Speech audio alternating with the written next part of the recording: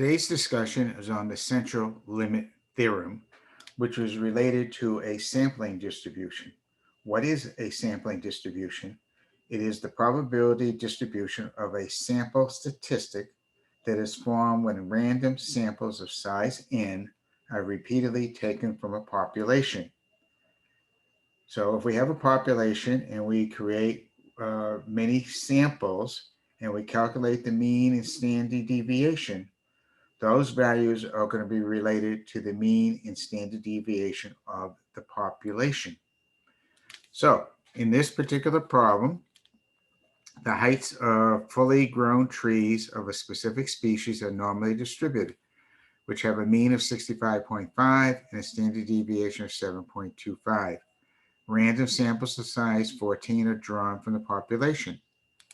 Use the central limit theorem to find the mean and standard deviation of the sampling distribution and sketch a graph. Well, I think the central limit theorem applies because the population is normally distributed, and therefore the sampling distribution of sample means is normally distributed for any size n.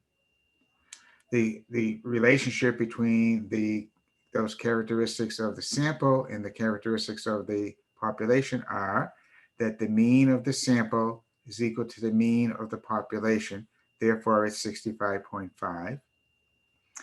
The standard deviation of the sample is related to the standard deviation of the population by sigma over the square root of the size of the sample.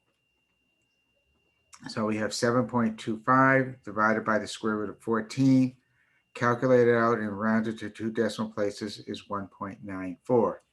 Drawing a normal distribution curve, in the center we would put the sample mean of 65.5, and if we calculate 2 standard deviations to the left and to the right of the mean, that would be 65.5 plus twice this 1.94, or 65.5 minus 1.94 twice.